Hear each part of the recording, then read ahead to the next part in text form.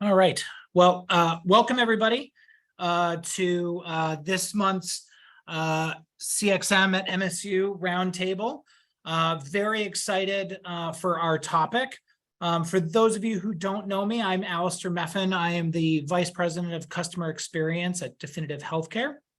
And I'm getting the pleasure of presenting today from Sweden, visiting my team here. So we're definitely around the globe today with Tom in Seoul. He's got the privilege of being the latest at the latest hour among us. So I think just briefly want to touch on our agenda. So we will have a presentation for 15 minutes. We will then send you all into breakout rooms where you'll talk about the question that will get presented. We'll actually take a minute to go through and vote on the suggestions that you all put up. And then following that, we will have a group discussion once we bring everybody back after the voting so that we can go through what the group has talked about. We will have an opportunity, depending on the timing, to extend past the hour to talk more with one of our presenters. So if you have that opportunity, we'll keep that open. So without further ado, I'll introduce our team. So we have two wonderful folks joining us today, Carolyn and Jack. Jack has almost 30 years of experience in CX and marketing, which provides a unique perspective as a regional business lead for TribeCX. Jack works with the customer engagement team on operational excellence, and his philosophy starts with listening and understanding the viewpoint of others. So please join me in welcoming Jack to the discussion. Our second presenter, Carolyn, brings 24 years of experience to her role as a CX advisor for TribeCX, where she helps their customers understand what it takes to work with their vulnerable clients. She has firsthand knowledge of what it means to be financially vulnerable, which drives her passion for helping others. So join me in welcoming Carolyn, and I will turn it over and I will get their deck up as well. Well, great. Thank you. I'm so glad to be with you today. And on behalf of TribeCX, Carolyn, and myself, thanks to Tom for the invitation and Alistair for hosting today on this important topic. You're likely familiar with the CX concept of inside out and outside in. In the US, there's been a good deal of focus on DEI. And what we can do internally with our employee experience to be inclusive. We see DEI and vulnerable customer as two sides of the same coin. What Carolyn has done is create more of a voice for and focus on the needs of the vulnerable customer, an outside-in view, if you will. So we're pleased that she's able to join us today and bring her thoughts to the roundtable. Carolyn, over to you. Great, thanks, Jack, and thanks everyone for joining today, and to MSU CXM, Tom and Alistair for inviting us. We can't extend your overdraft by £100, but we can give you a £1,000 loan. This was the message from my bank some 20 years ago. I was in tears, I was vulnerable, but I trusted my bank. They knew what they were doing. I took that loan and I spent the next 6 years in unmanageable, spiraling debt. It was horrendous. My name's Carolyn Delehanty, and I'm an expert in vulnerable customer experience. So I help firms listen to and understand the needs of their vulnerable customers and design inclusive services which meet or exceed those needs, make colleagues' jobs easier, and deliver revenue growth and/or cost reductions. These are skills I learned and developed in Europe's largest telcos and utilities providers. And over the last 5 years, I've honed these skills independently to benefit a broader group of vulnerable customers and the sectors they interact with. So I mainly spend my time working with financial services, utilities firms, and housing associations. But of course, these people are everywhere and they interact with all sorts of firms. And I believe all firms need to address their needs. So you've already seen I'm an expert by experience too, and that's experience that I bring to my work when I'm talking about financial vulnerability and the cost of living crisis. Next slide, please. So who are we talking about? I'm very aware that in the UK, vulnerability is a term that's widely used by firms and regulators here. We know what it means and we're comfortable with using it, but it's an emerging term in the US. And you may be more familiar with terms like underbanked, those people without bank accounts, or undocumented, migrants with no right to remain, or underserved people with low credit scores or low or volatile income. I've also heard vulnerable customers referred to as high-risk customers in financial services firms in the US as well. But it's all these and more. It's the 7% of Americans that don't use the internet and they're digitally excluded, as are the 23% who don't have home broadband connections, or the 27% who are disabled, the 35% that have consistent credit card debt, and those are the below average reading age, which in the US is 13. In the UK, I think it's 9. And it's the 10% of over 65-year-olds with Alzheimer's disease. And finally, the 35% of people who are domestic violence survivors. But of course, these vulnerabilities rarely exist exclusively. Most have more than one vulnerability, often as a consequence of another vulnerability. So for example, debt can lead to mental health problems, economic abuse can lead to debt problems, and low reading skills generally correlates with low income. To put a bit more context on this, in the UK, the Financial Conduct Authority, which is the regulator here, in October 2020 found that 53% of the UK were vulnerable or show characteristics of vulnerability. So it's no longer the minority, it's actually turning into the majority. And this was October 2020, 6 months into the pandemic and pre the cost of living crisis, which I understand is in America too. So when we talk about who's vulnerable, it's anyone who's susceptible to harm when using a service. Lack of knowledge can lead to being vulnerable too. So if you've got low personal finance knowledge, you're at higher risk of unsuitable debt. Or, as in my case, I have low vehicle mechanics knowledge, which exposes me to being ripped off when I take my car into the garage. It's also the disadvantaged or excluded as well. So for example, if a customer doesn't understand how they can reduce their insurance premium, they're susceptible to harm. Or for those whose English isn't their first language, such as refugees or sign language users, they're susceptible to harm too. And to put a bit more context on this, in the UK, there's what's called the purple pound, which is the spending power of disabled households. That's measured at £274 billion per year, just in the UK, just disabled people. So imagine how much is being left on the table in the widest sense of the definition, and then scale that up for a larger population in the US. So it's easy to think this only applies to business B2C environments, business to customer environments. But remember, these people are humans and live and work everywhere. And some of you on this call might have your own vulnerabilities. So even in a B2B space, the contacts you're working with could have these extra needs of their engagement with you, which could help you be more successful with them.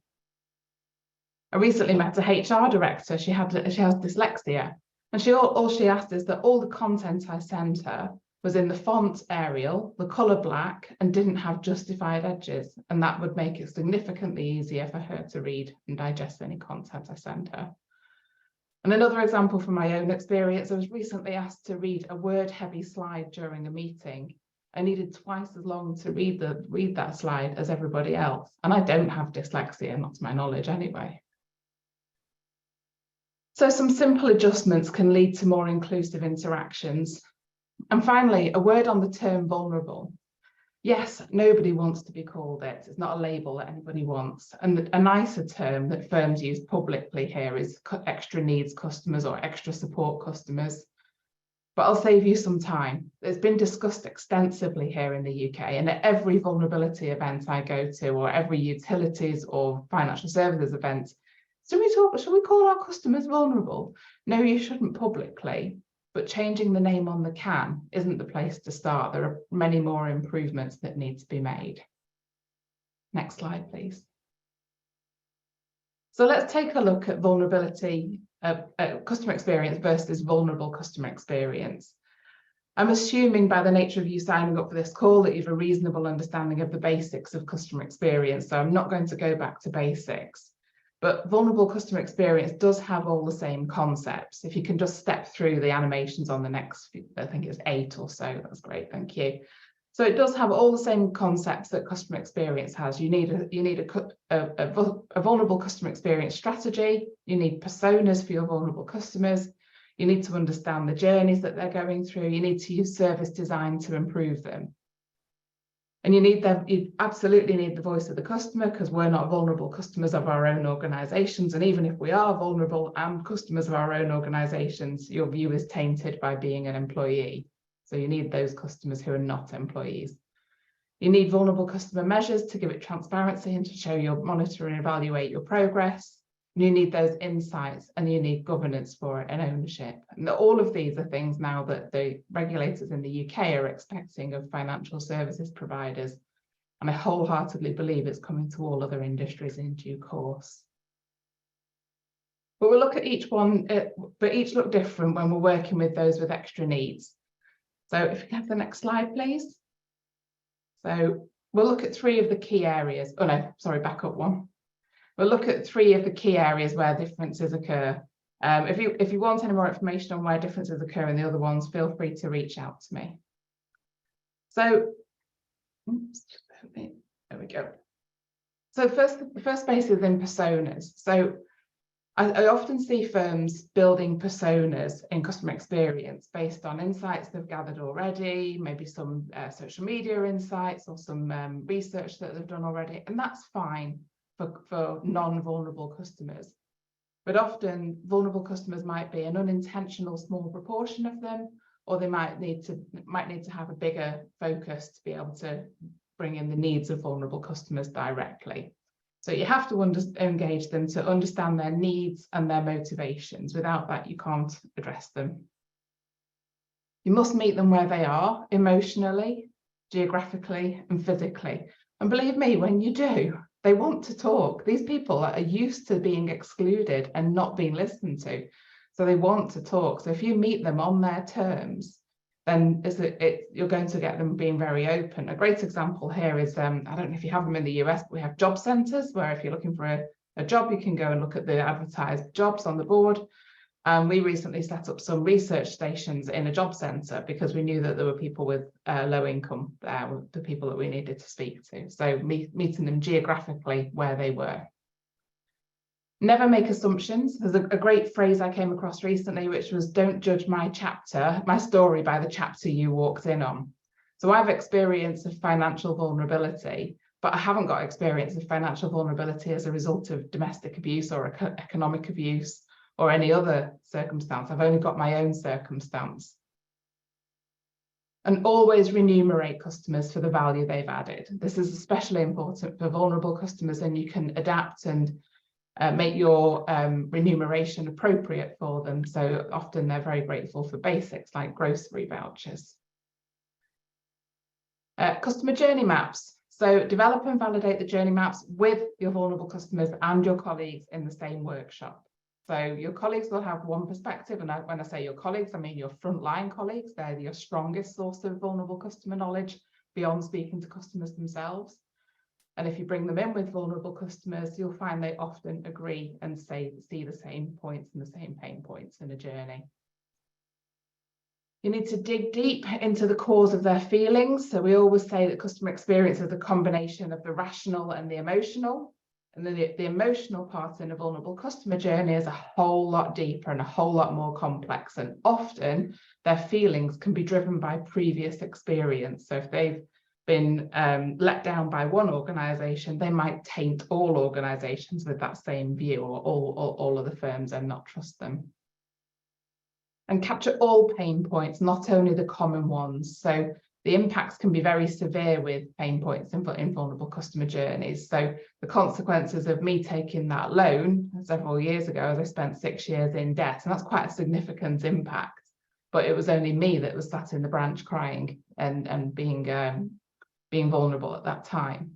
So make sure you capture all pain points and document the impacts, not only the volumes of them. And finally, a practical tip from experience, not mine, I should say, but someone I was working with printed out their journey maps to read on a train and then left them. And these are your vulnerable customer experience with the current experience on it and their pain points and documented evidence of how bad it is. And then he left it on a train. There was a big hoo-ha around that and his PR team. And yeah, he didn't print documents again, but I'd say secure your documents and don't print them unless you absolutely need to. The PR consequences can be disastrous, especially in essential services providers.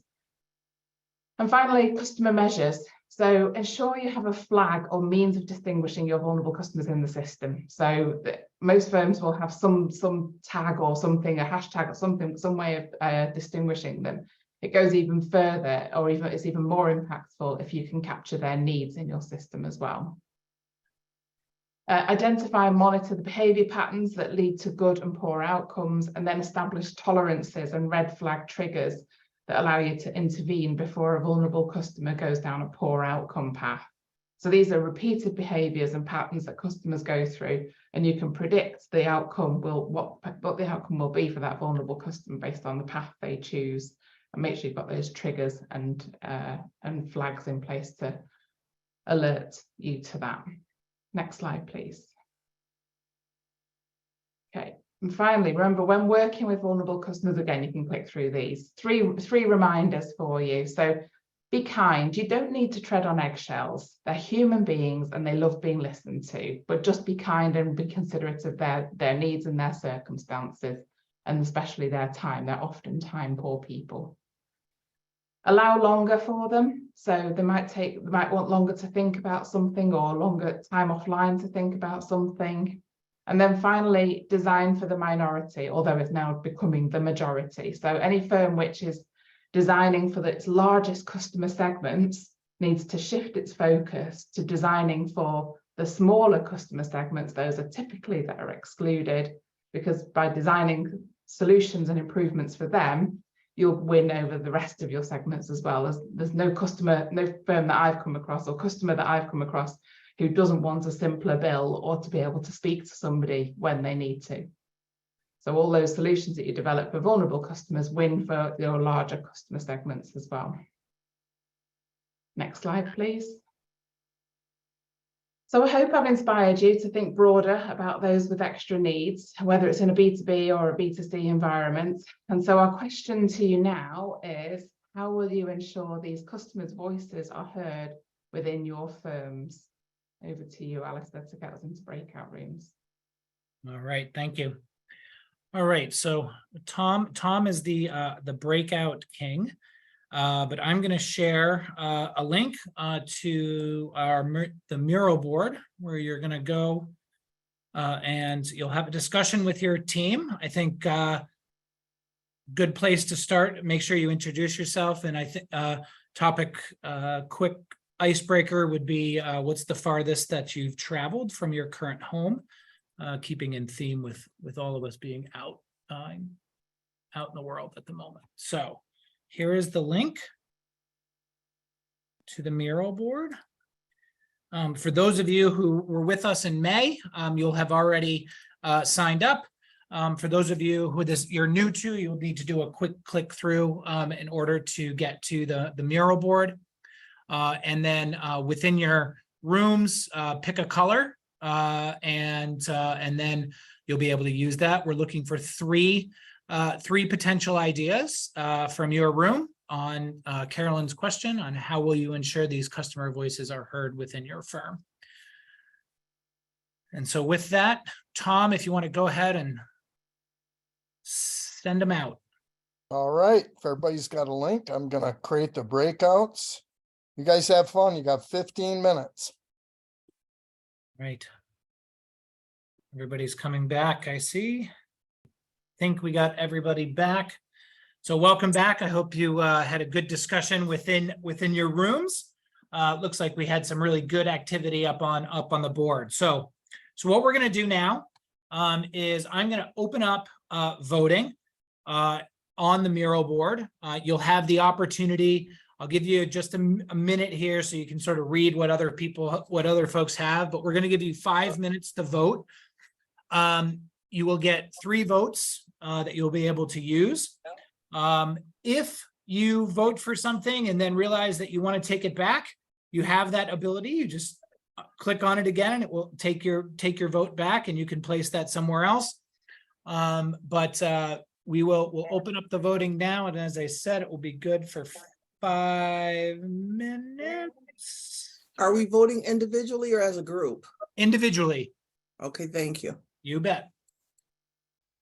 And the voting. All right. So I'm going to go ahead and share my screen on where we saw the most on the voting. And I'm going to turn it over to Carolyn and Jack to sort of touch on our top vote getters, and we can make our way through. So as the experts on the topic, talk through the options here. So our first are with 4 votes, we had 2. Being empathetic, participating in learning exercises that grow your understanding of a situation, whether it is a financial situation or a disability.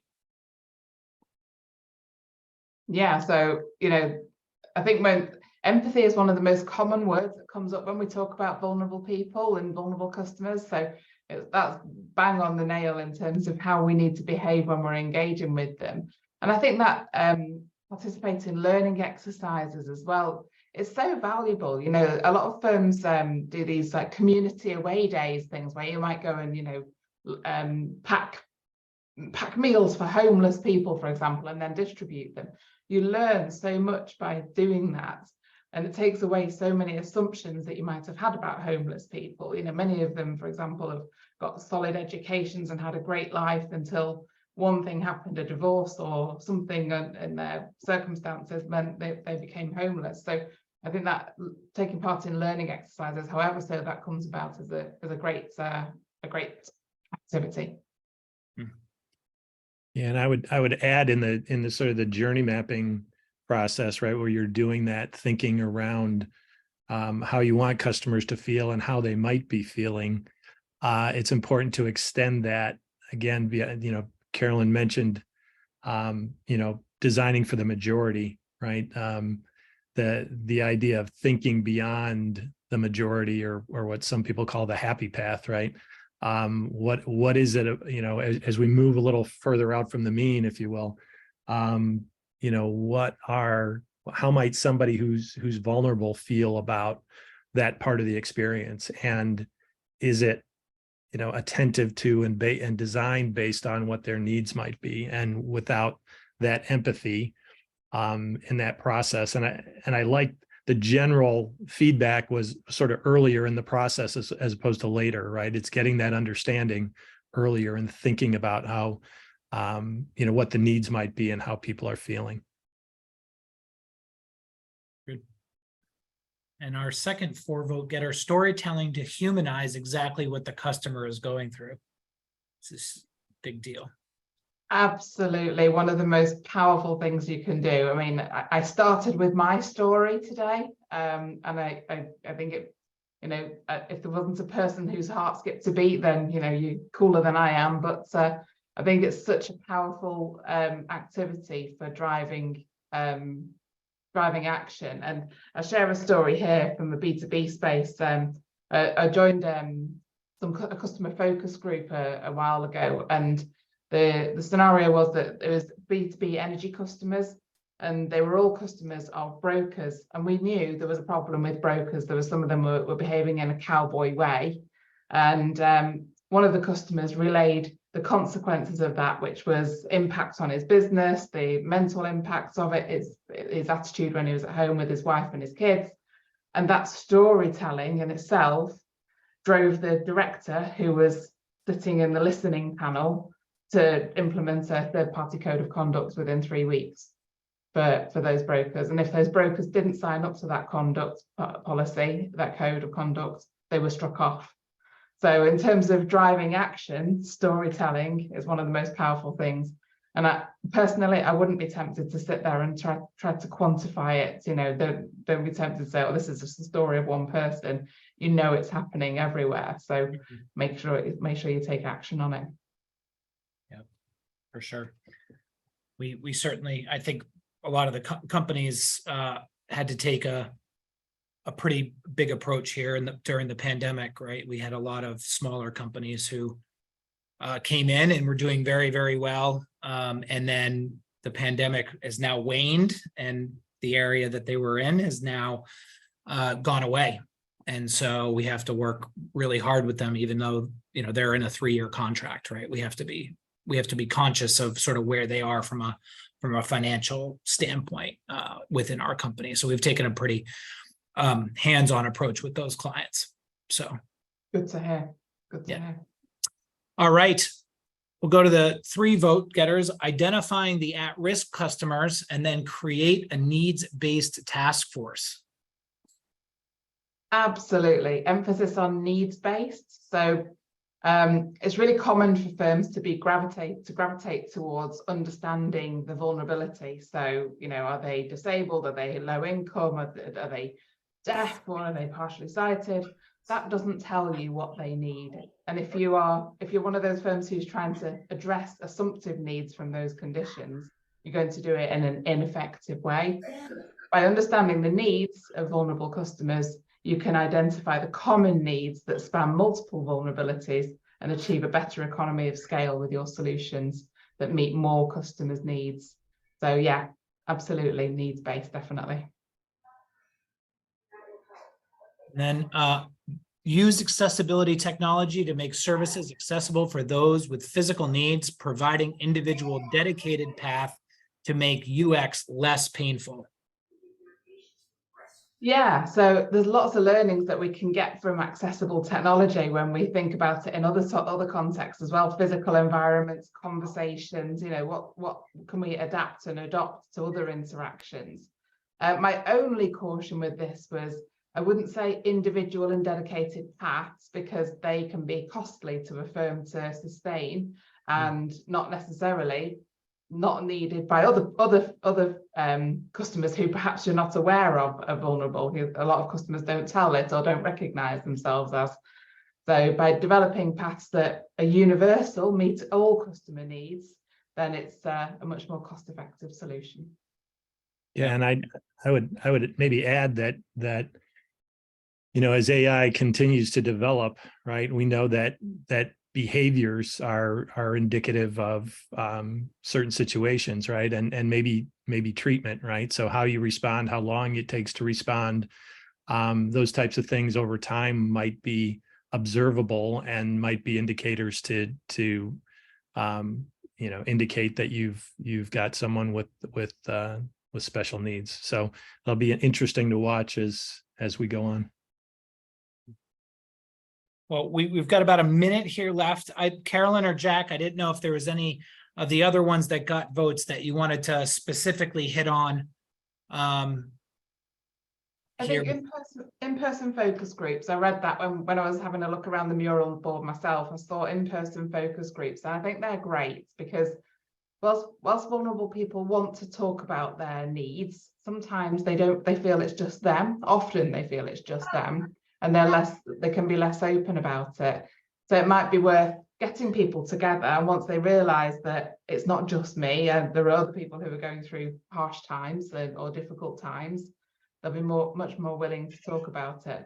And actually there was a firm that I redesigned their bereavement journey for recently, and in a very, very careful and considered way, we brought 5 recently bereaved customers together to share their experience of what good looks like when engaging with firms around bereavement. So definitely bring people together and they'll be more willing to talk. And Jack, I know that you've got a drop here, but any last parting comments? Yeah, just that journey map on the 2 votes. You know, I think depending on the category of business, you might find that they're different